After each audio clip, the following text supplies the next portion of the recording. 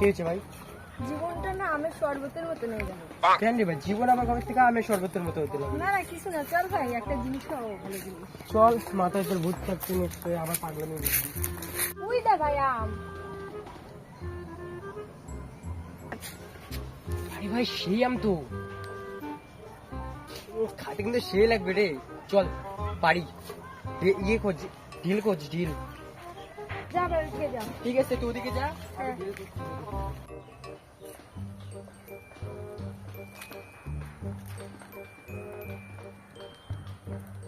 আমার দিকে এরকম করে তাকাচ্ছে কেন? এগুলো তো একটা নিশ্চয়ই ঘোটালা আছে। সেদিন ওকে আমি লবণের ঘোল খাওয়াইছিলাম বলে বদলা নিচ্ছে না তো। আমাকে সাবধান থাকতে লাগবে। আমি এবার দেখি। তো বুঝে গেছি ওর প্ল্যান আমি। ভাই ঢেল মারতেছি, ক্যাজরি শাম।